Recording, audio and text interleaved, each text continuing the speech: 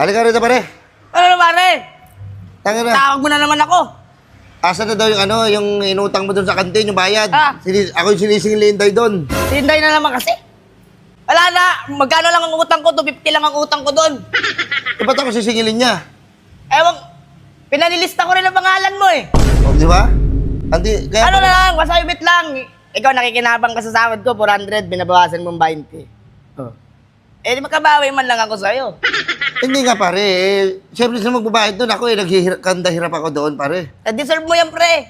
Grabe ka mangkurakot sa mga tauhan mo. Sa mga pinapasok mo. Ba't magkano bang nakaltas ko sa'yo? 20. Oh, napakalaki ba ng 20 sa'yo? Oo.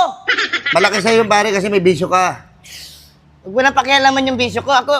Di ako nangingialam sa mga buhay mo, ha? May bisyo ka na, tapos matako ka pa sa babae. Huwag ka nang dyan, makarinig naman dyan.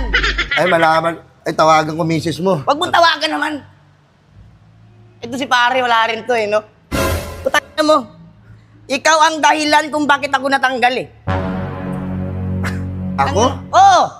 Pare, pinoprotektahan kong pangalan mo. Ang pangalan ko hindi yung pinotektahan, pare. Ang pangalan mo ay madungis na.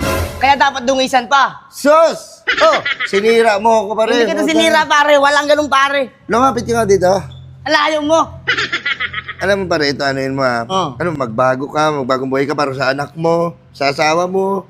Iwanan Mahirap. mo na ang bisyo na yan. Mahirap pagbago, pre. Iwanan ko lang ng pamilya ko kaysa iwanan ko ang bisyo ko. Ayan, yan laging mo, Oo. yung dahilan mo. Ano to, matatag ang prinsipyo ko. Dapat pare, hindi ka na nabuo ng pamilya kung ganun din. Wala, nabuo nga. Hindi ka naman pinabuo na buo yun. Nabuo. Anong magagawa ko? Isa pa yan.